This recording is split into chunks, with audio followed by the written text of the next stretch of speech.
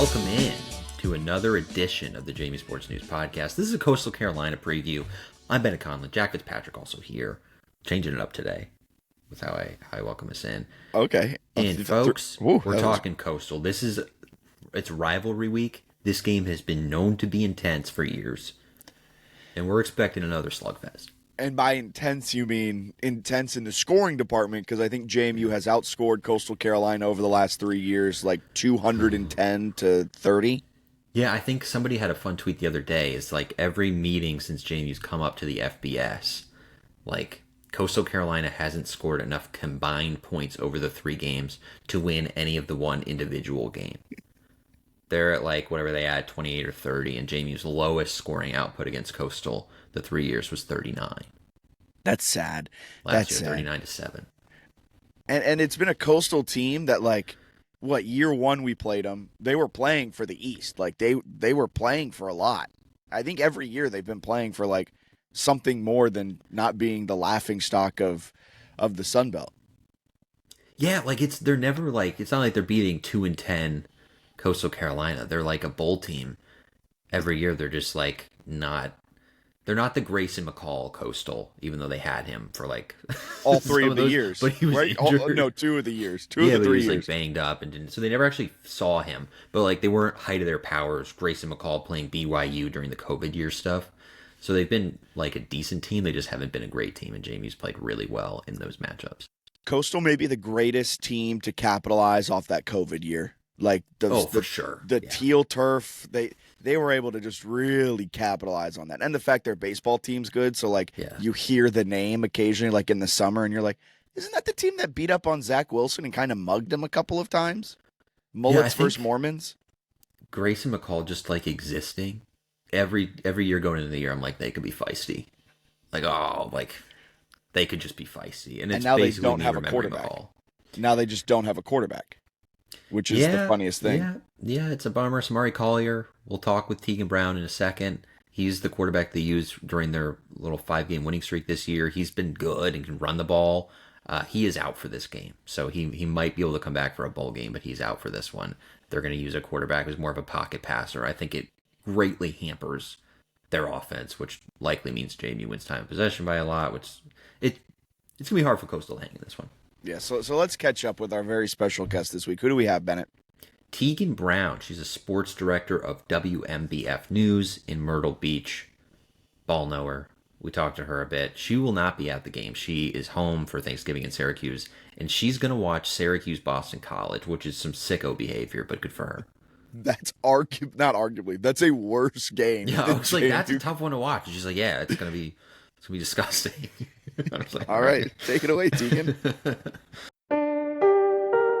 For more than 20 years, SignPro has been proudly serving the Valley, helping local businesses stand out and get noticed. Whether it's vehicle wraps that turn heads on the road, dimensional signs that elevate your storefront, or long-lasting banners with yard signs, we bring quality and experience to every project. With a reputation built on craftsmanship and trust, we're here to make your message impossible to miss. Visit mysignpros.net and let's showcase your business with confidence.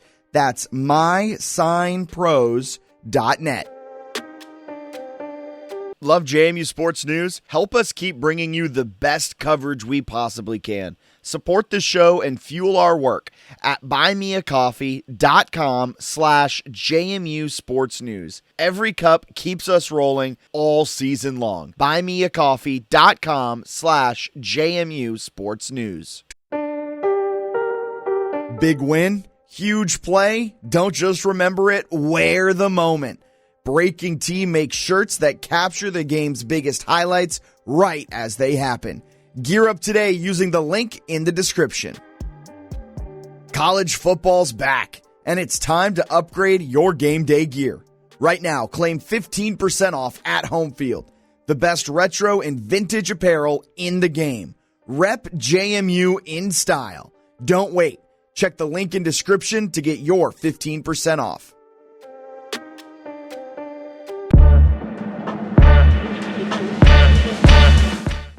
Every Monday, go to the house with former JMU quarterback Vad Lee and Hall of Famer Delvin Joyce. It's the weekly JMU football podcast with insider insight you won't find anywhere else from two guys who've worn the jersey. Listen now. Subscribe to the JMU Sports News Podcast Network to never miss an episode of To the House every Monday. We now welcome on Teagan Brown, the sports director at WMBF News in Myrtle Beach.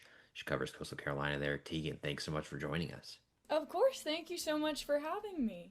Yeah, we're excited to have you on and talk JMU Coastal Carolina. I'm curious, for starters, what you make and what the fan base makes of Coastal Carolina's 6-5 record. They've had some nice wins this year. They've also been blown out a handful of times. What do fans sort of make of this 6-5 start through 11 games? Yeah, I mean, I think a lot of fans have brought up something that our AD Chance Miller said when he first started here, that 6-6 is not the standard. You know, a lot of Teal Nation fans are really used to what they went through in 2020 with that fantastic season under Grayson McCall. They want to get back to that. So, I mean, I think it's been a tough season with lots of ups and downs for Coastal. There was kind of a highlight on the 5-game winning streak, but it just seems like fans are going back to that mindset of what are we doing again? Quarterback Samari Collier seems like sort of the engine that makes Coastal Carolina go, but he's been banged up recently. What can you tell us about his status for this game and maybe the rest of the season? Yeah, so there's no chance of him coming back for the JMU game. Tad Hudson is pretty much going to be the starter for that one. No really clear answer of if he could make it back for the bowl game, but he won't require surgery. Beck did give that update. So, yeah, definitely not going to have him for JMU, which is definitely a hurt for Coastal Carolina, considering how dynamic he is. What is the difference between Tad Hudson and Collier? Collier certainly seems like a more dynamic runner, but what are sort of the differences between those two QBs? Yeah, he 100% is. And, you know, it's been a weird season for Coastal with quarterbacks because they started with MJ Morris as the starter. And after those 2 games that he played, I think we've seen him for maybe 10, 15 snaps total just randomly since then. He had an interception problem. And then, yeah, we saw Tad Hudson for a little bit. And Samari wasn't put in until during that ULM game when Tad Hudson was hurt. And I think fans, once they saw him out there, were like, why haven't we seen this guy play before? Like, what were we doing? What was the decision making here? So yeah, he's super dynamic. He knows how to make decisions. I think that's a really big thing for him and kind of the biggest difference between him and Tad Hudson. You know, I think Tad has developed over this season, but I mean, before he was starting, you know, this season, he only played 1 game last season. He started in the bowl game after Coastal lost, you know, 60 players to the portal, including both of the quarterbacks. So, yeah, Samari's just super dynamic. He knows how to extend a play, you know, and they were running the ball a ton and really successfully under him. And, you know, they still continue to run the ball. They're a run-first kind of offense, but it just hasn't been that same kind of dynamic that they had for those, you know, 5 games when they were really successful. What did Tim Beck say about why they ended up going to Collier so late in the year compared to some of the other guys?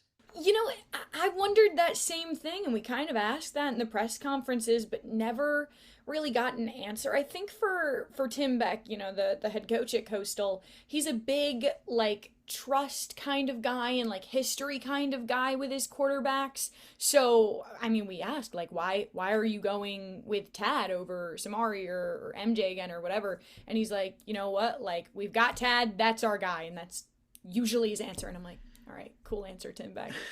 So yeah, I mean, it's just the eternal question of why Tim Beck makes the decisions he does, and I think fans ask that a lot.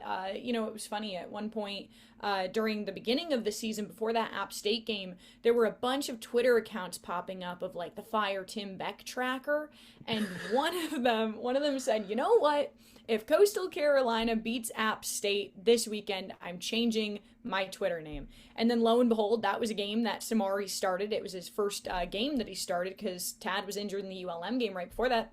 Coastal Carolina won. I think it came as a shock to everybody. It came as a shock to me. So yeah, I tweeted at the guy and was like, hey, you changing your username? And he did immediately. So that was the defense. I was curious about them. They've been up and down this year for much of the year.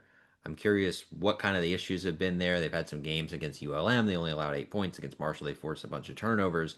But in other spots, they've really struggled this year. What's kind of the issue with them this year? Yeah, I honestly ask myself that every single week because it just seems every single week I'm like, all right, what defense are we going to get from Coastal? They could not stop the run the last two games. South Carolina, obviously a different story just because, I mean, it's just different. It's the SEC, so I knew going into that one that was going to be a huge struggle. But the game before, Georgia Southern, I mean, Georgia Southern had almost, I think, 600 yards of total offense against Coastal. I don't know if the Chants have just forgotten how to tackle. That seems to be the biggest issue these last two games, is they just can't get the wraparound. They can't get the guys down. They've got three guys running after him, and it's like they reach out and just fall before they can even touch him. So Tim Beck has said a lot, like, we need to get back to basics. That if there are two things Tim Beck said a lot this season, it's we need to get back to basics and back to the drawing board. I have heard those many times. so yeah, I mean, I don't know. I think also something interesting last week, I don't know if you or any of your listeners saw this, but Tim Beck in the postgame for South Carolina said that there were a few players suspended from the defense.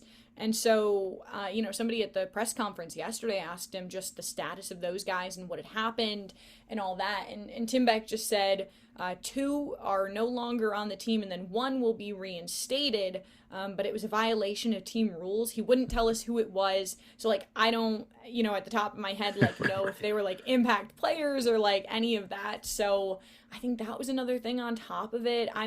I'm not sure. It's just you hear so many things about the locker room culture and you don't know what necessarily to listen to or what's real, and it changes throughout the season based on if they're winning or not. So I don't know. I think big thing they have to tackle, if the offense isn't doing anything like against South Carolina where they were just struggling to get anything on the board, the defense just hasn't really stepped up these last few games to make up for that.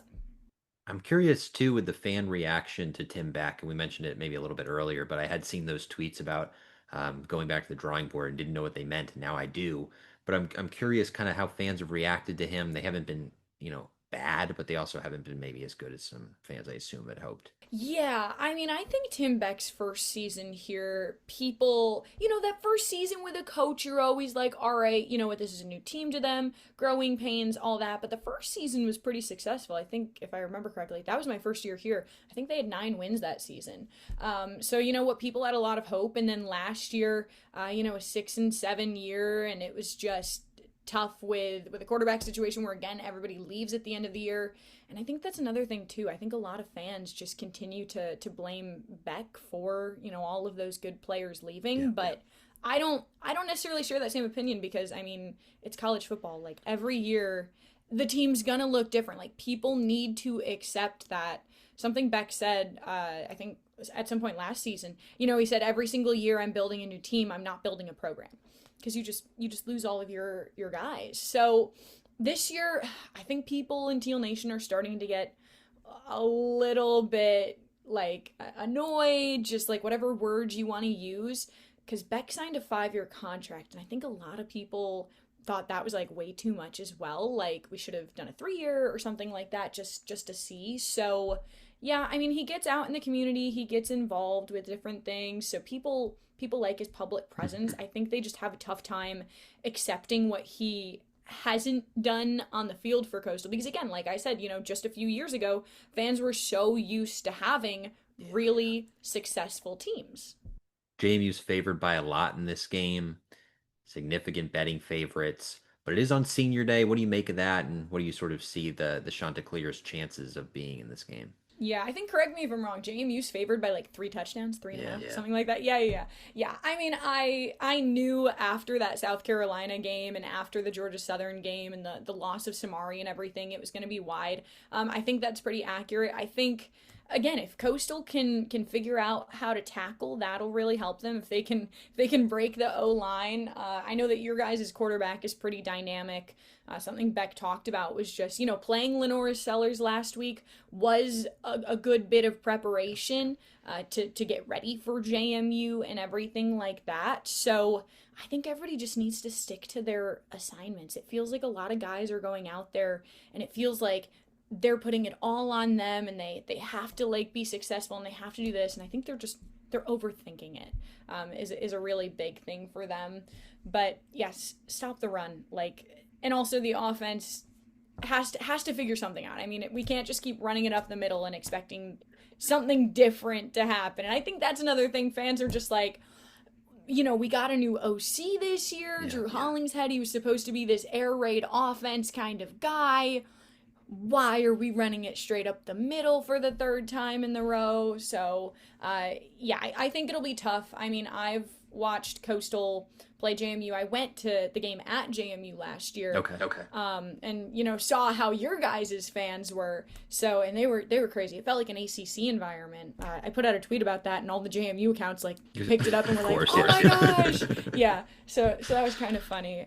But yeah, I mean, the senior day aspect of it, I don't know if that'll necessarily give Coastal the motivation they need to actually turn it into success on the field, but I'm sure, they'll enjoy that. I have a feeling that the stadium is not going to be, full because, I mean, fans always complain about the students not showing up the Thanksgiving game, but Sure. I mean, as a former student who, I lived in my hometown where I went to school. I went to Syracuse. I'm from Syracuse. So, it was different. But, I mean, students are home. You can't blame them. So, yeah, I think the environment won't quite be the Teal Nation that they've been used to. But, it should be a good crowd. I think it'll be a struggle for Coastal. But at least they have something else to play for, which I think gives them a little bit of extra motivation, to hopefully get a good bowl game spot, because they do not want to play in the Myrtle Beach Bowl again like they did last year. So, yeah. Yeah, that is weird to potentially play a bowl game at your own place. Where can fans who want to know more about Coastal Carolina, they want to follow your work, where can they find you and your work? Yeah, so big Twitter gal, it's Teagan with 2 N's and then Brown with 2 N's. If you find a picture of a redhead holding a microphone, it's me on Twitter. So, yeah, I would love to say that I will be at that game, but I will be watching another team struggle. I'll be watching Syracuse, actually, struggle against Boston College. But, yeah, I mean, I love covering Coastal, and I loved covering the JMU game last year, despite the outcome. But, I mean, Harrisonburg was super duper cool, so. Last question before I let you go. I'm curious, your pinned tweet on Twitter or X, it's a viral microphone sort of twist flip thing that you had go on there that looked pretty cool and got a ton of views. What can you tell us about that viral moment you had a little bit back? Yeah, that was so interesting because that was like a year and a half ago at this point. I wasn't sports director at the time. I was a news reporter and our weekend sports person. And I wasn't even supposed to work that shift that day. But I went out and I covered this story, and basically in my ear, your producer says to you when you're on TV, they say clear. Clear means you're not on TV anymore. It means that you can walk away from the camera and not worry about some hot mic moment or whatever. So they say clear, and I'm just like, all right, cool. And I mean, whenever I hear clear, I usually do something. I'll say yay, or yeah, or throw up my mic or something. So that day I just threw up my mic, spun it and got it, and then walked off camera. And yeah, I didn't even know that was on live TV until about 3 hours later. My friend who was our digital person, Allison, comes in and she's like, oh my gosh, did you see what happened in the 7? No, what do you mean? And then she shows it to me, and I posted on Twitter just because I've posted bloopers before. It's funny. I like posting stuff that also shows off my personality rather than just my Coastal coverage. So yeah, I post that. And then I woke up the next morning because I posted at 9 o'clock at night. I woke up the next morning and it had 5,000 views. Mm-hmm. And the reason I knew it was starting to pop off was because former Syracuse quarterback Eric Dungy followed me on Twitter. And I was like, this is the greatest moment of my life. And then, yeah, I mean, it had 3 million views by the end of the day, and the Today Show DM'd me, and it was super cool and, unexpected. And it's just the things that you don't expect to blow up are always the things that do, rather than the tweet about Tim Beck with some good quote where I'm like, this is gonna blow up, guys, and then it gets 13 likes. So yeah. For For more than 20 years, SignPro has been proudly serving the Valley, helping local businesses stand out and get noticed. Whether it's vehicle wraps that turn heads on the road, dimensional signs that elevate your storefront, or long-lasting banners with yard signs, we bring quality and experience to every project. With a reputation built on craftsmanship and trust, we're here to make your message impossible to miss. Visit mysignpros.net and let's showcase your business with confidence. That's mysignpros.net. Love JMU Sports News? Help us keep bringing you the best coverage we possibly can. Support the show and fuel our work at buymeacoffee.com/JMU Sports News. Every cup keeps us rolling all season long. Buymeacoffee.com/JMU Sports News. Big win, huge play. Don't just remember it, wear the moment. Breaking Team makes shirts that capture the game's biggest highlights right as they happen. Gear up today using the link in the description. College football's back, and it's time to upgrade your game day gear. Right now, claim 15% off at Home Field. The best retro and vintage apparel in the game. Rep JMU in style. Don't wait. Check the link in description to get your 15% off.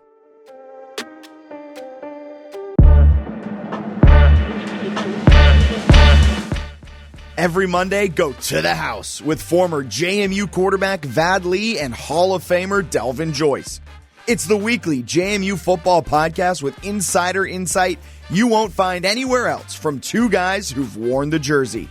Listen now. Subscribe to the JMU Sports News Podcast Network to never miss an episode of To the House every Monday. All right, welcome back into the JMU Sports News Podcast. Jack Fitzpatrick, Bennett Conlin. Fantastic insights there from Teagan. I hope she enjoys Syracuse Boston College because that is a horrible, horrible football game. But at least she won't have to. I mean, I don't know. I feel like that's a drain on the mental. Yeah, that is. But some good insights for sure. I think kind of the gist is that, like, Coastal's got some weird stuff going on, right? She's talking about the account that had fired Tim Beck, and then they all say, hey, if we beat App State, we'll change our usernames. And then they do beat App State, so then they change it, but they still kind of don't love Tim Beck. It's a weird dynamic in Coastal because they're a bold team, but pretty much all of their losses this year have been really disappointing in some way, shape, or form, with a lot of blowouts. ODU blew them out, ECU blew them out, Virginia blew them out, South Carolina blew them out. So any team that's kind of in JMU's realm of, like, quality football team has blown them out by close to 40 every time. They are a funny team as well because, like, you're right, bowl team 6-5, but they are 5-2 in Sun Belt play. So yeah, if JMU had slipped up against maybe, I don't know, Georgia State, it was a Right. 14-7 game. Like, this could have been for the Sun Belt title, and yet there are fans out there on the Coastal side that are like, I hate Tim Beck, I want him gone, but it's like literally a bounce of a football a month ago for JMU could have made this like a Sun Belt East showdown. Yeah, they're an interesting one. So we'll see. I'm really fascinated to see how his tenure continues or concludes or whatever, because they're a weird one, right? People kind of assume that App and Marshall are, like, going to figure it out. I don't know if Coastal has that same assumption, but I think their fans want to be in that group of, like, 4 or maybe 5 if ODU's playing well. Do you think it kind of bothers them that JMU made the immediate jump up to the FBS and just started dicking on them? I think it probably bothers everybody in the East. I was watching right, that they're like, they come and they're really good. There was a Instagram reel that popped up on my reel page, explore page. I don't know what it's called. And it was like the Sun Belt explained. And it was just like, this is a total chaos agent of a conference in the South. And it's crazy. And it went through every team. And for JMU, they're like, they think they're better than everyone. They just got here. And, well, they kind of are. Yeah, that's kind of how it feels. It was from an unbiased third party. And I was like, I don't see the wrongness in that. In this game, I know we just had that great conversation with Teagan, but JMU should be able to just run the ball all over Coastal. Like, I think Wayne Knight might go for over 150. Remember last season when I called my shot? I forget who I predicted, but I predicted it was Omarion Dollison against UNC. Yeah. I said like 3 catches, 152 touchdowns. And like, he did that. I'm calling my shot. Wayne Knight, 14 carries, 152 yards, 3 touchdowns. They're going to be able to get some stuff in the running game. They like if Jordan Fuller's still dinged up, just don't play him. Like you can get enough out of Mallory, Petaway, Knight, like more than enough. Joby's going to go over 100 as well. Like they're going to have 2 100-yard rushers. I like that. And then Sluka probably gets at least 100 in garbage time. I mean, and then you got to imagine, I don't know, George Petaway probably gets breaks a couple off. 300. If there was ever a game for Petaway to not get tripped up on a potential long run, this would be it. What a wild career for George Petaway. I mean, arguably the greatest running back in the Sun Belt a year ago. Yeah, it's like 1,000 yards. Probably had like P4 offers to go leave and like rejoin the P4 after transferring down from UNC. Now he's like the 4th string running back because he got dinged up early in the season and Wayne Knight just like stole the mantle as RB1.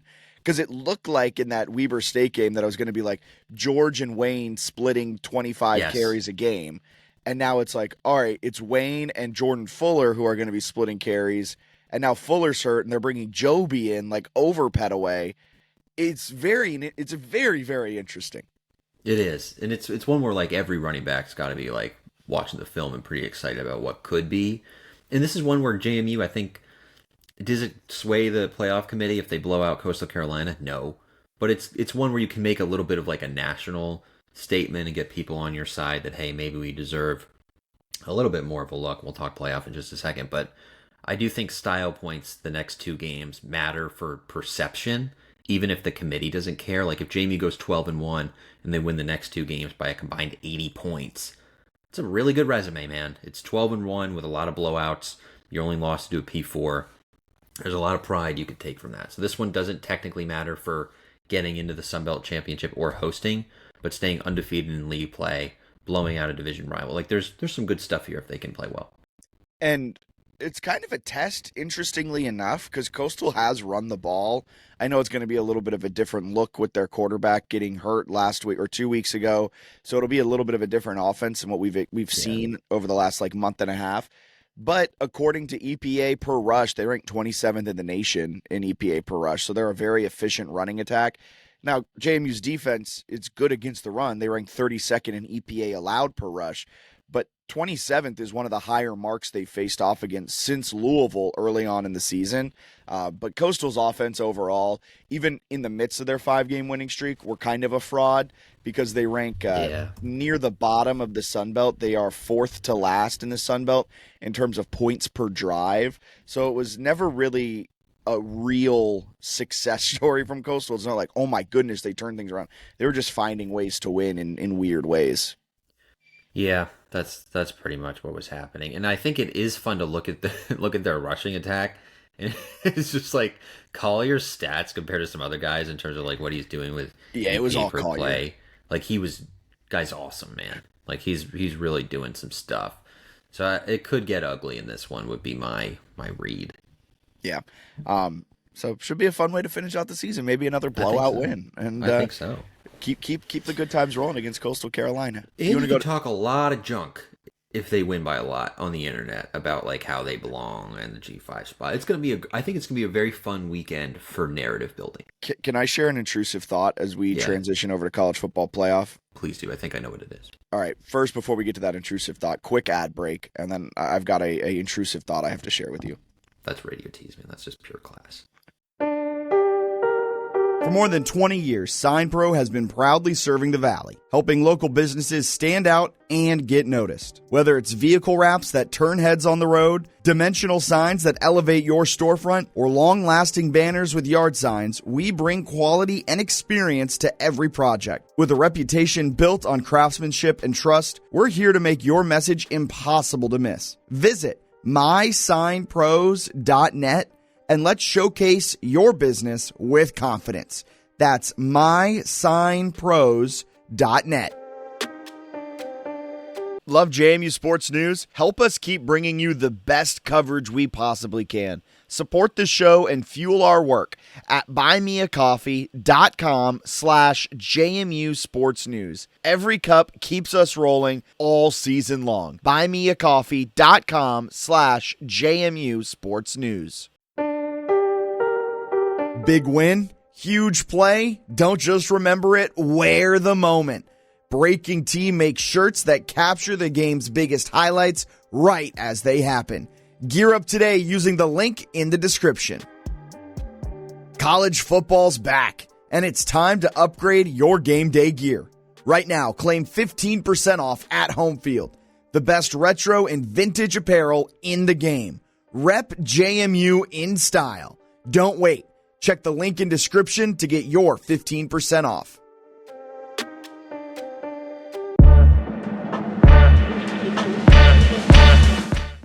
Every Monday, go to the house with former JMU quarterback Vad Lee and Hall of Famer Delvin Joyce.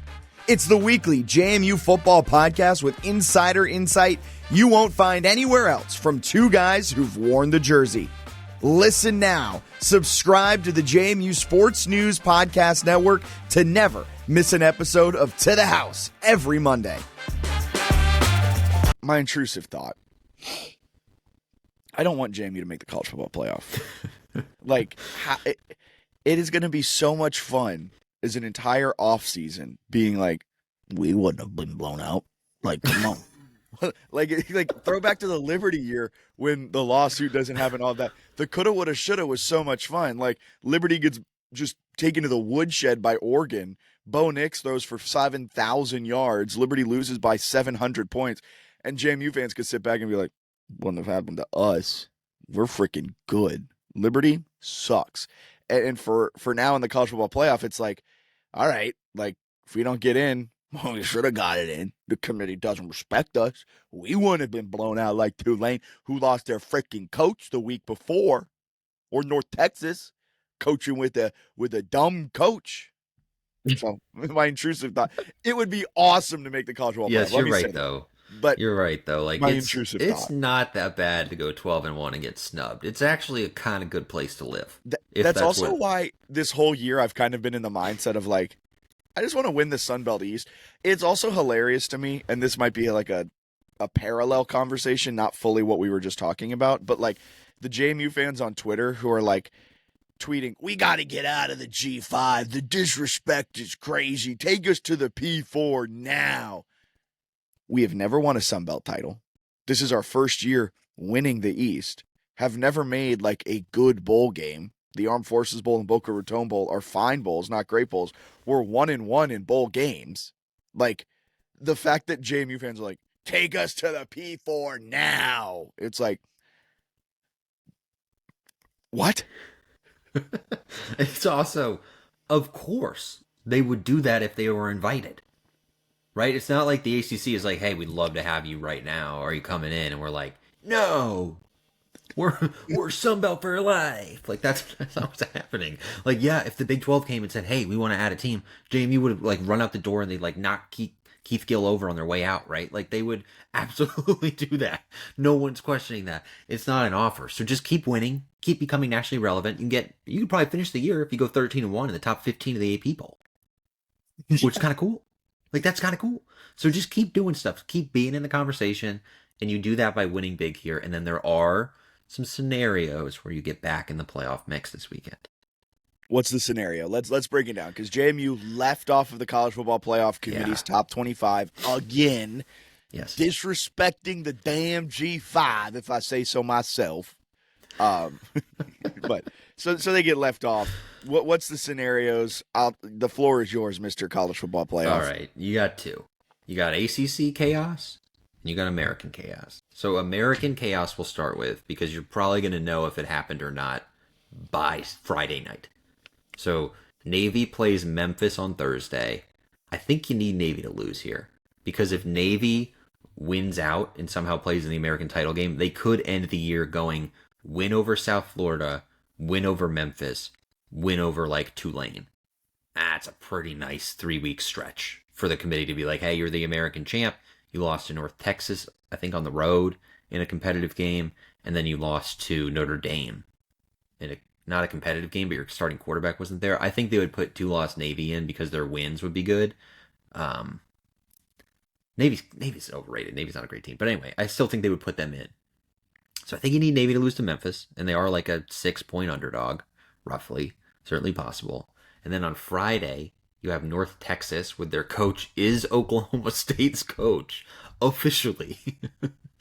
he's There's players tweeting that he's offering them scholarships at Oklahoma State, and he's coaching North Texas on Friday against Temple. I love it. It's messy, man. It's messy. I love it. And Chesney might be doing that for Penn State in a week. Who knows? But it's messy stuff. So there is a distraction there. If they lose to Temple, I think there's a path where they still make the conference title game. I think it would be between them and USF with like metrics coming into play. If Navy loses and North Texas lose. So anyway, it would be close, but then like they would have 2 losses, they wouldn't be looking great. So that would be a good scenario. And then Charlotte plays Tulane on Saturday, but it's like a 30-point spread. I don't really see that one happening. Don't count out the 49ers and Tim Albin. I will. But you need 2 or 3. I think you need 2 of those 3. So you need Navy, North Texas, Tulane. I think you need 2 of those 3 to lose to create a realistic path to jump the American. So can I ask you a question that I see getting floated around, and I'm in agreement with it? Why does North Texas get credit for beating Navy, but JMU doesn't get credit for beating ODU? I think the committee's just like obsessed with the American. I guess on the plus side, there is another scenario where North Texas beats Temple and they beat Tulane and they're 12-1 and JMU's 12-1, and the committee just decides that based on eye tests they actually think JMU is better than North Texas, because we don't have any idea what they think of North Texas because no one's asked them and they're still not ranked. So clearly they don't think very highly of them. So their in strength theory, of schedule numbers are similar to JMU. The issue is they would beat a ranked Tulane in the conference championship, and JMU would be like 8-4 Troy. So my guess would be they go North Texas. Yeah. But it does become a little interesting. Like, how does the committee view a lame duck coach who says he's going to be there for he says he's going to be there for a playoff run if they're there? And how do they view a North Texas team that got obliterated earlier in the season against Tulane? Like, it wasn't even close. USF. Sorry, USF. Right, it wasn't close at all. And their strength of schedule is not good either. So JMU and North Texas have similar resumes. If JMU wins the next 2 games by like 100 points and North Texas wins the next 2 by like 10. Because we don't know if JMU's the 26th team. Because we there's don't no know if they have JMU votes. or North Texas right now ahead of the other. Is essentially and maybe it gets a little dicier now that North Texas has a lame duck coach. And because we know what they think of teams that lose a key contributor. Like a couple of years ago with Florida State, they lose Jordan Travis right at the end of the year, and they get left out of the college football playoff because the committee was like, well, you're a completely different team now without Jordan Travis as your quarterback. And for North Texas, something similar could come into play where, hey, your coach may not be there because, sure, he says he's going to be there, but just as easily as he says that, Oklahoma State could be like, actually, we want you now in, where is Oklahoma State? Norman. No. Stillwater. So that's how relevant Oklahoma State is. They're real bad this year. So, yeah, like that could be messy. And also it's like clearly a locker room distraction because like some of the players are going to go to Oklahoma State. So I'm interested to see how that plays out. So that's the scenario. But I do think like if North Texas wins at 12-1 the American, they're going to give them the nod. But I think it's closer than Tulane. I think it would at least be a conversation. I've got to shout out Tim Emery from like 2 months ago. Listener of the podcast, good friend of mine. He texted earlier. He goes, North Texas is the team I'm actually most worried about. And this was like 2 months ago because he was looking at the schedules and he was like, Tulane's going to trip up. South Florida's going to trip up. Memphis is going to trip up. He's like, but North Texas has got the easiest schedule remaining. And their biggest test will come in the championship game, which will probably be against a ranked opponent. He was like, they got a sneaky chance of being the American rep. And this was like 2 months ago. And I remember texting him. I was like, no, there's no way. They suck. And because this was like right after the South Florida game. And then here they are. They are nice offensively, too. ESPN SP Plus has them the number 1 offense in college football. That's opponent adjusted. Like, they are sick offensively. Defensively, they kind of blow. But they are sick offensively. So good for them. We'll see how that all plays out. But that's one American scenario. And the other one is Duke is still alive in the ACC title race. They're 6-5, and they're still in the mix, which is very funny. So here's the scenarios for Duke, and the ACC lays them out in kind of a dumb way. So there's really 2 that make sense. There's one where they have to finish higher than Miami in like this analytics ranking. No, That's not like why they even included that is ridiculous. What analytic would have Miami below Duke? Okay, none. So we'll skip that one. But the two scenarios that are like real is that Duke beats. Who's Duke even playing? Duke's playing Wake Forest. I was like, who are they even playing? Duke beats Wake Forest. Pitt loses to Miami. Likely. And SMU loses to Cal. They're They're just like fired their coach. Cal just fired their coach. It's at Cal. 14-point spread. So like you never know. Have you heard the lore behind Cal's now interim head coach? Yeah, the COVID guy. Yeah, he got fired from Washington State. Now he's like the most liberal. Yeah. So we'll see what happens with that. You never know. They have a good, talented freshman quarterback. Cal's actually been decent when they don't make like a bunch of self-inflicted turnovers and penalties. They just happen to do that like a lot. So it kind of seems like a feature at this point. Best of us. Okay, so the two non-negotiables for this: Duke has to beat Wake Forest at 3:30. Like, who the fuck are they even playing? Pitt has to lose to Miami, so Miami has to beat Pitt at noon. Eat shit, Pitt.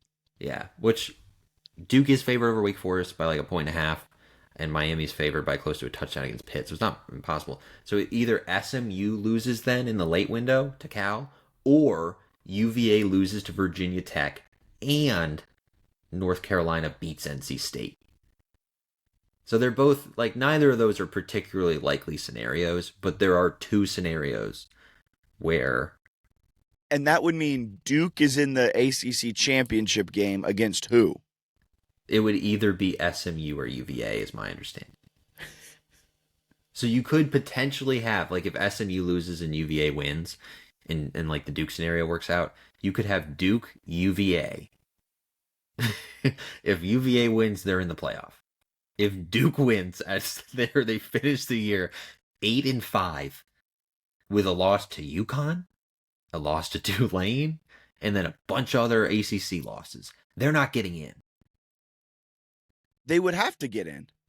No, because there's the rule. It's the top 5 conference champions. I don't think, like, I know the committee is shameless. I don't think they're that shameless. Like 8-5 Duke, 0-2 against the group of 5. I think what they would do though is that they would give Miami an at-large. I was gonna say, how funny. So they would make sure that the ACC is in. They would just do a roundabout way, and then in the off season they would change the rules so that you couldn't get 2 G5s in, like, for sure. So it would be sick, but then it would also lead to like 100% a rule change. And like the Duke chaos scenario, while unlikely, when you were going through it, I was like, not impossible. I could see that happening. Like, and the part of it that's really fun is that it's differing windows, so it would make for like hilarious, incredible Saturday after Thanksgiving scoreboard watching, because you've got Miami Pitt at noon. If Miami gets it done, all eyes turn to JMU playing Coastal, but then also Duke Wake Forest. If Duke gets that one and Miami wins, then the night window becomes fascinating, because you're looking at 3 games. You need either SMU on its own to lose at 8 o'clock, or you have UVA lose to Virginia Tech, and then also UNC upset North Carolina State. So you would pay a lot of attention. Those games are both at like 7:30ish, whatever. So you would have a pretty entertaining night window rooting for Duke chaos if the noon and the 3:30 window go your way. I love it. I can't wait. And then that would also make, because I think the ACC title game is on Saturday, December 6th. And another thing. So you blow out, if this crazy scenario happens, you blow out Southern Miss or Troy on the Friday night. And then the Saturday you sit down and you get to watch this garbage Duke team, and you're just pulling like crazy that they can upset UVA or something, which would be very funny to watch. It would be awesome. Like, can you imagine? Like, the committee's going to be so pissed if Duke is somehow in that game. I can't wait. It's going to be a fun end of the season. It should be. And my intrusive thought still stands. We didn't have any call to actions for listener questions. However. No, I did. Oh, you did? Yeah. Oh. Can we start with Mitchell's question? Yeah, start with that and then I'll find him. So Mitchell DM'd us on Instagram, which if you ever want to get a question in, go right to the source. Feel free to DM us, JMU Sports News. Sometimes it goes into the request folder and it might take a little while for us to get back to you, but it works. Mitchell Wilt asked on Instagram, question, seems inevitable that Chesney leaves for either Penn State or UCLA. How concerned should we be that UConn has first dibs on our top candidates like Kevin Cahill of Lehigh now that Mora is leaving? I love that there's just the assumption that Lehigh's head coach is the number one target for JMU. But this is a good question because now North Texas and UConn are both open. And does it force JMU to have early conversations with Chesney about his plans? So with North Texas open and UConn open, those two teams will have slightly similar lists of candidates, likely. Probably not exact overlap. UConn will probably go for more FCS caliber people, maybe lower level, like a Lehigh head coach. Lehigh head coach is nice, though. He's very good. North Texas will probably look for more people out in like the western, southwest area that has better connections over there. So not full overlap. However, it is an interesting question now with things seemingly beginning, the carousel's moving. The carousel now has begun at the G5 level. How does JMU approach it? And I've got another intrusive thought. Are you ready for it? This is the episode of Intrusive Thoughts. I don't know if Chesney's leaving. Like, I don't think it's a guarantee. Well, let me rephrase that. I don't think he's going to Penn State or UCLA. I think UCLA, like a lot of people has hypothesized, is a leverage move to try and get Penn State. Yeah. But I don't think Penn State should hire Chesney.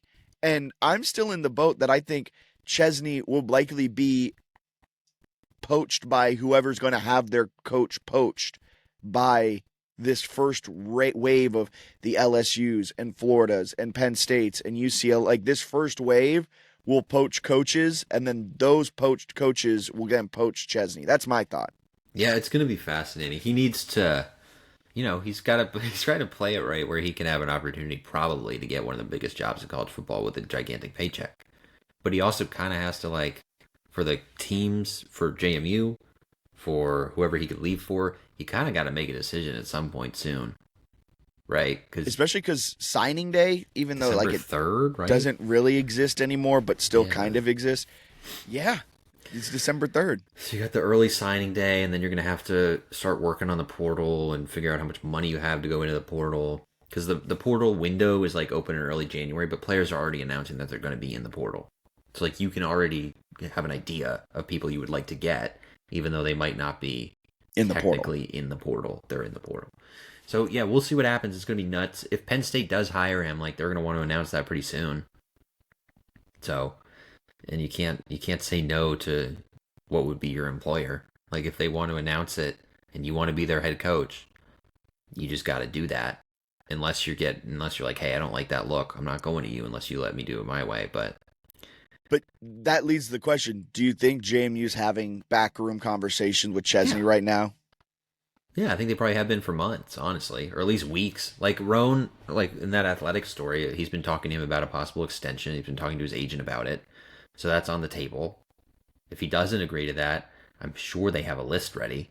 Yeah. We have a list ready. Any good AD always has a running list, especially when you're the AD of JMU. Yes. Ed McLaughlin, the AD for VCU, always talks about how he has a running list at all times because he understands where VCU men's basketball is in the pecking order. You want to go out and you get a young coach, and that's both the good thing of being a stepping stone school and a bad thing about being a stepping stone school. Yeah, so I also don't think North Texas and JMU are really shopping the same pool. I think they are really focused on getting a high-powered offensive mind from the Texas area, and I don't think JMU's doing that. I think they're going to find somebody who's been a head coach somewhere and won. UConn might have a little bleed over if JMU's targeting a fun FCS coach. Yeah, it depends on the coach and how badly they want to leave their spot, because kind of hard to win at UConn.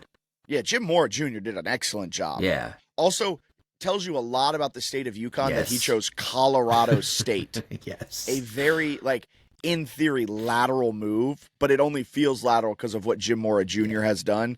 Jim Mora Jr. knows that UConn, in the grand scheme of things, is very much the bottom tier of FBS football. And Colorado State's in the Pac-12 starting next year, right?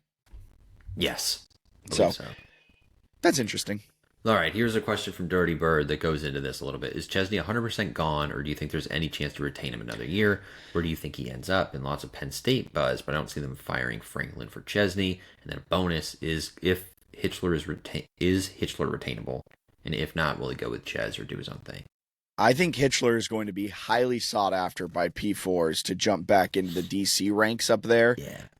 And he's like, I think this was kind of pitched to him, and I have no inside information on this, but it like was pitched to him as, hey, do you want to come here, rehab your image, and like get another P4 job? Who knows? Maybe Luke Fickell finds his way. He's out at Wisconsin, right? No, they brought him back for 26. Really? Yeah, and then they beat Illinois, and okay. They maybe he finds his way back to Wisconsin, reuniting with Luke Fickell, who he had coached with for quite some time, starting at Cincinnati. I don't know. I think he's going to follow Ches. If Ches goes P4, yeah, which I don't think is a 100% thing. Like that was leading me to the next part. I agree with what some Penn State fan blogs are saying, albeit in a rude way, where you don't fire Franklin for Chesney. They're saying it in a very rude way, but I think it's valid. So I don't think Penn State's a foregone conclusion. I don't think UCLA is on the table whatsoever. Famous last words, right? Like we're going to get a breaking news notification once we post this podcast that Chesney has accepted the job at UCLA, but he has no West Coast connections. I don't see that happening. And I think while I was maybe 100% sure Chesney was gone 2 weeks ago, that's probably come down to 80%. I think 80% he's gone, 20% he's back for next season. Yeah. It's going to be fascinating, man. I kind of think he's going to be the Penn State coach. You think so? I think what Holy Cross to Penn State in 3 years is insane. That's the part. But I guess the thing about Penn State is like they've whiffed on a lot of candidates. Like Chesney, it wasn't like they fired Franklin and then they said, let's go get Bob Chesney. Yeah, that's true. It's like they fired Franklin and they said, let's go get Kurt Zignetti and Matt Rule and so-and-so and so-and-so, and they whiffed on all of them. And let's go get Drinkwitz from Missouri. It seems like they whiffed on him. Like they're way down their list. That's a very good point. And it is a huge benefit for Chesney that he's like aware of that area. Like Lane Kiffin couldn't, and of course he would never leave Ole Miss, but like Lane Kiffin, let me rephrase that. He would leave Ole Miss, but not for Penn State. Yeah. But Kiffin would not. Seems like he's going to leave. He's going to LSU. Yeah. But he wouldn't fit in Pennsylvania, right? Like it takes a certain type of coach to know that recruiting profile and know that culture. And I think Chesney does check a lot of boxes for Penn State. I just think their fan base would revolt. Fired a national championship if he goes there. Fired. Within 5 years. Within like 2. I don't know, man. I don't know if he's ready for that stage. I think he's a great coach. I think he's a great coach. I think he'll be ready for that stage. He wasn't sure if he was supposed to give injury updates. Like, holy hell, I don't know. Like, last year they go 8-4, and he said that the fan base needed to donate more. Like, the offseason was about them. Like, let's see how good your offseason is. He said some crazy stuff last year. He's been a lot better this year, so he's been a lot better this year, but it's just a different, like, the press conference is here. Like, no one's even asked him about UCLA. Or Penn State. Like, yeah, no one's asking about rumors. There will be message board rumors every single day that he will have to address at Penn State. And he will be peppered with questions. If you run a two-quarterback system in week 2 and lose, they're going to eviscerate you. Like, it's a much different environment. The boosters will have the money ready to hand to Kraft to fire you. Yes. So it's going to be interesting because I do think there's a pretty strong section of, like, Penn State donors that do not want the guy who was at Holy Cross 2 years ago. Yes, 1,000%. Like, so if he does get hired there, he's going to have like half the people doubting him. Can you go prove it right away with a roster that James Franklin's poaching a lot of because they really like James Franklin? And like Terry Smith, that's the interim coach now, right? He's got a lot of support from a lot of boosters. I don't think he would be a successful coach at Penn State, but people love him. And like he's kind of, steadied the ship a little bit after the James Franklin firing. I mean, you lose a game or two, all of a sudden the people who are Terry Smith truthers are going to be talking behind your back like, should have never gotten rid of Terry. We should have kept Terry. Penn State alums I talked to, Michael Robinson has been openly tweeting about it, who's one of the better, like more well-known, alums in media right now from Penn State. He's stumping for Terry Smith. Like, that'll be a tough job for anyone to walk into. It's going to be fascinating to see what they end up doing. But. And I'm not a fan of Kalshi in prediction markets. I think it's a little bit of a sleazy business. Yeah. However, Kalshi does have Bob Chesney as the most likely next head coach at Penn State. It's fascinating stuff. So we'll see what happens there. All right, some more questions here about everything. Blah blah blah. Let's see if there's another coaching one. No. So we've got Dirty Bird again. Is it a down year for the Sun Belt? Or is it a broader trend that will continue as G6 teams with fewer resources continue to get screwed by the portal and coach poaching? And then what about new conference destinations? That could make sense. I don't want to talk. You don't have to talk about new conference. I do think it is a down year in the Sun Belt, but we've talked about this on Twitter quite often. I'm bullish. When the American fans are like, we are awesome. It's like, well, you're going to get poached over. The Sun Belt, who now will be in year 2 next year of all of these new coaches, for the most part, they will then get better. And then the American will be in year 1 of all of these new coaches, and they will get worse. And it's this cyclical relationship. And I don't think this is a referendum on what's to come for group of 6 coaching staffs and everything. Like, this is just the way of the world. JMU, group of 5, group of 6 teams will poach from the FCS. The FCS will poach from Division 2. Division 2 will poach from D3. D3 will poach from high school. And that's just the natural order of things. And it's going to be cyclical. In a year or 2, Sunbelt will be better than the American, and it won't be particularly close. Then all of those coaches will be poached. Then the American will be better. Then all their coaches will be poached. And then the Sunbelt. And then maybe Conference USA squeaks in every now and then with a Liberty run because Chadwell's never leaving there. Like, it's just the way of the world. Yeah, and like if Charles Huff is back at Southern Miss, I would expect them to be pretty good next year. You got Ronnie's doing a nice job at ODU. I think Tony Gibson's doing a good job at Marshall. Like, I do think the league is going to bounce back. The league also is not that far off from being like a lot better. Louisiana lost to Rice in the American by 2. You had Marshall. I think they lost to Missouri State by a point. Like, there's a lot of games that could have went other ways, that if they did, maybe the whole perception is different. So I don't think the league is really that bad, and they're closer than people think. And the American, for all intents and purposes, is the exact same as the Sun Belt. Like, the bottom half of the American stinks. Sucks, yeah. Charlotte is one of the worst teams in FBS football. They are an embarrassment to the sport of football. And guess what conference they're in? The American. So, like, yeah, sure. Does Georgia State suck? 1,000%. But so does Charlotte.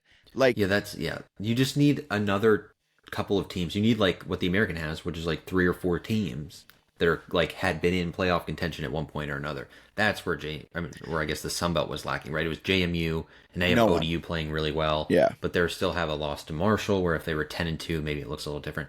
So that's one where it hurts. And then also like the divisions from the playoff perspective can hurt you. Like if JMU is playing ODU in the Sun Belt Championship, that's a more impressive win than whatever they're going to see from the West. So, like, there's a bunch of stuff there. That's what I was going to say, too. The West desperately needs 1 or 2 teams that is kind of flirting around with the college football playoff, too. Like, the American has the 4 teams, and Tulane and US, that all of them have been playing each other.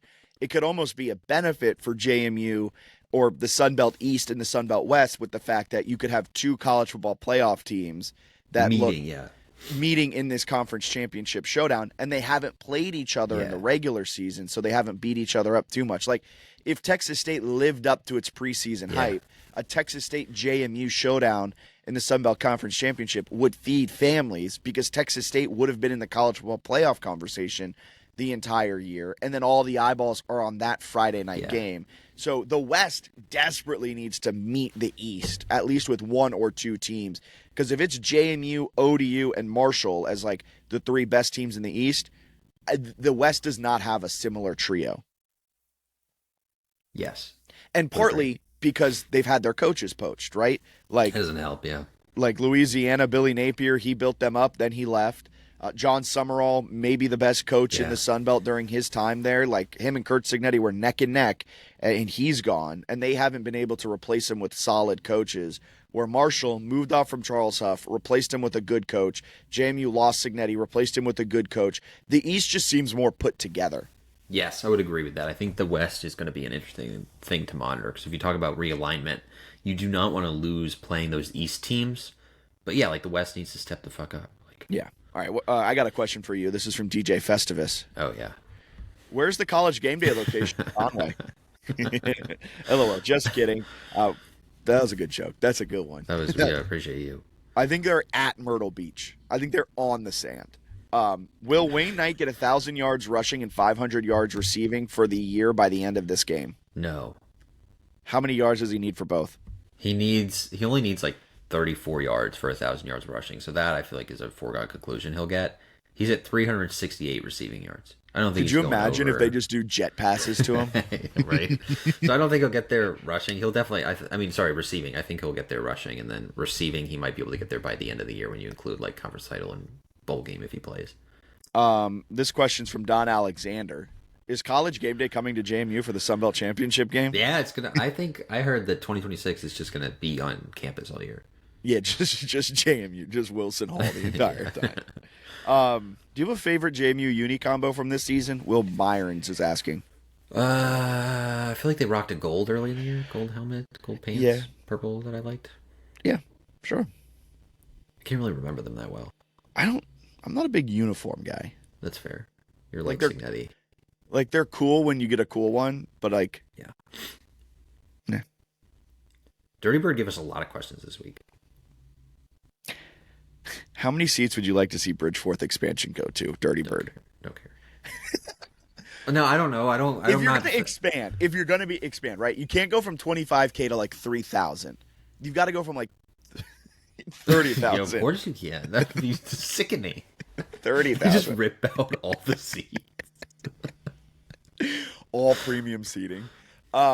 You can't go from 25K to 30K. Like, Yeah, if you're I going to think- do this yes. expansion, you've got to expand by like 10K or more, in my humble opinion. I think you got to be looking at like 35 or 40, right? But here's the thing.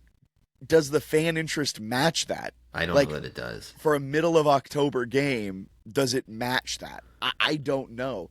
Last year, the Marshall game was not the most filled out game to finish out the season because nothing was being played for. How bad would that have looked with a 40K seat stadium? A Sometimes you gotta 35. just make your stadium look nice, you know. So that's I love the mullet. Small side's disgusting. No, it's cool. Let's No, make it's college not. football. You know what? While we're at it, we need to bring back the massive Duke dogs on the JMU basketball arena floor. They have this. Oh no, that's bad. I thought you were talking about the blow up Duke dog. They had a blow up Duke dog outside of like Godwin, just sitting there, and then they don't use it to run out of the tunnel. And I'm like, what are we doing? No, there is no tunnel. It doesn't exist because there is no Duke dog. No, but remember in the convo how the floor had That these floor was a joke. Bring back that. That's what No. college football's for. No. Jesus Christ, you're no fun. Okay, Dirty Bird. Men's basketball. Are we bad this year? No. If you watch the last 3 games, Dirty Bird, Justin Justin McBride. McBride's putting on a show. We're like one of the best teams in the Sun Belt.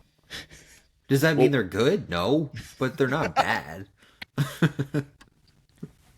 Will they be a 15 seed if they make it into March Madness? Yes. The win over Towson's real nice. Like they're looking good. They're defensively they still are struggling, but they're not bad by any means. Like they're going to win 20 games.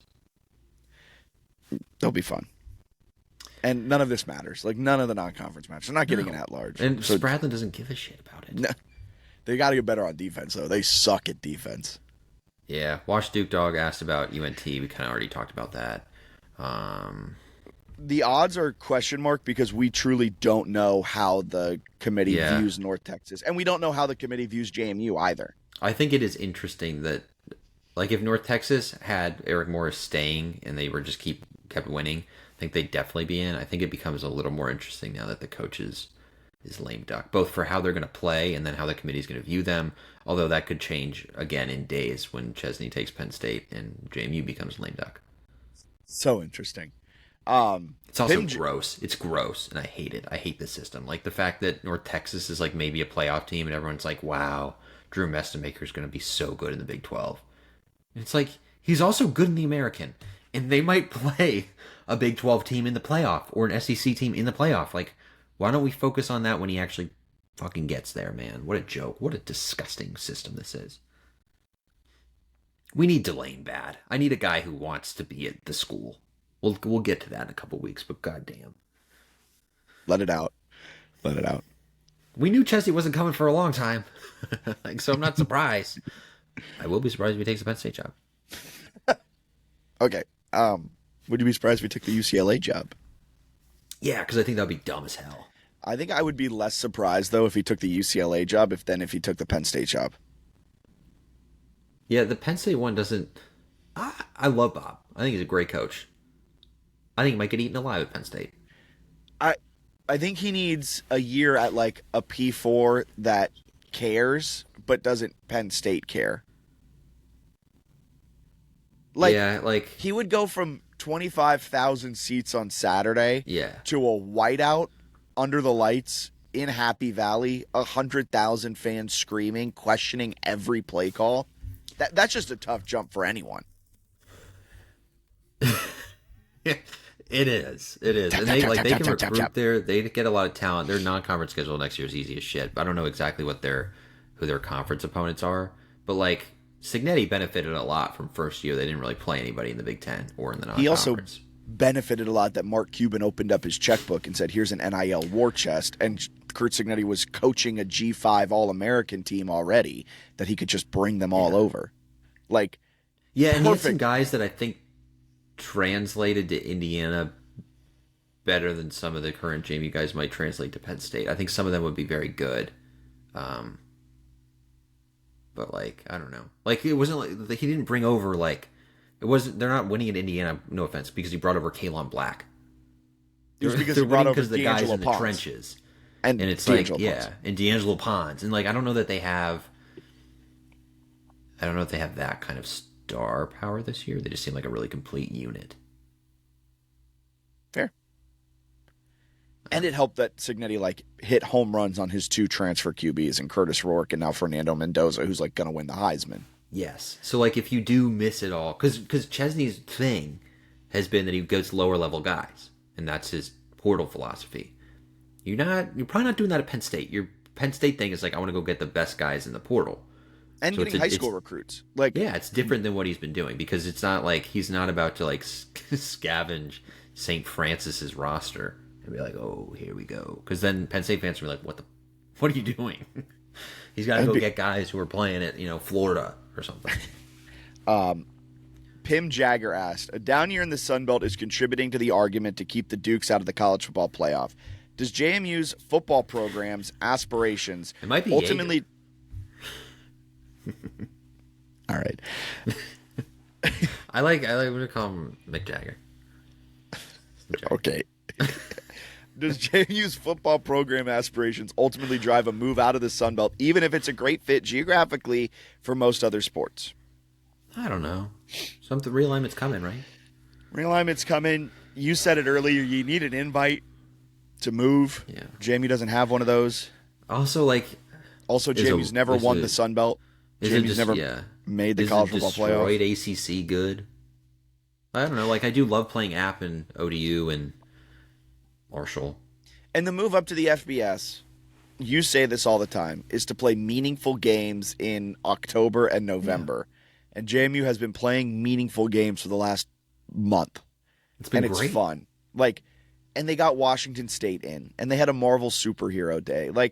That is the difference between, I believe, FBS play and FCS play. FCS play, all eyes were on the postseason. For FBS, you enjoy the full season. You get to enjoy a showdown with Washington State at the end of November. You get to enjoy a game against ODU at the end of October. You get to enjoy a game against Georgia State down there in Atlanta. And I don't know if we necessarily enjoyed it this year, but you know what I'm saying. That's what makes the FBS fun. And I love the Sun Belt for that because the Marshall rivalry is fun. The App State rivalry is fun. The ODU rivalry is a great time and reignites something we didn't have for a very, very long time. So I love the Sun Belt. And until JMU shows itself to be a consistent champion of the conference, because now in year 4 of the Sun Belt, first 2 years did not make it. And in year 3 went 4-4. So. Yeah, I think if you only enjoy a JMU football season, if they make the playoff, then you're gonna be unhappy like 99% of the time. Yeah. So, fun stuff. All right. Anything else you got to add? No, I'm excited to scoreboard watch. It's going to be a fun Saturday. What are you doing what's your favorite Thanksgiving meal? Thanksgiving dish? I feel like I'm a stuffing guy. I like stuffing a good bit. Yeah, stuffing's good. Do you call it stuffing or dressing? Call it stuffing. Good. What about you? What's your favorite side? I love a good stuffing. However, my number one, just a good old-fashioned classic green bean casserole. Yeah. I love a green bean. And I hypothesized why green bean casserole is the best. It's the only Thanksgiving dish where you legitimately only have it at Thanksgiving. Yeah. Well, you haven't stuffing a lot? I dabble with stovetop. Okay. I dabble with stovetop every now and then. Smart. I got to start doing that. When the craving hits, it's really easy to make stovetop. Yeah. You literally just boil water, butter, and you throw it all in and let it steam for 5 minutes. Boom, bam. Thank you, ma'am. And then I love to do blended Thanksgiving, which is when you put all your stuff in a blender. Stop it. And I'll do this for relatives. I don't want it. It's not for me. But I'll grab their plate, grab it, put it in a blender, blend it up, put it in a big cup form, big mason jar, and just let them have a delicious Thanksgiving smoothie. Remind me never to go over to the Conlin house for Thanksgiving. Can you imagine? I'm just like ripping a plate away from Caroline's mom, and I'm just like, hold on, we're trying something. I gotta find a way to make money on this. It's simply too good.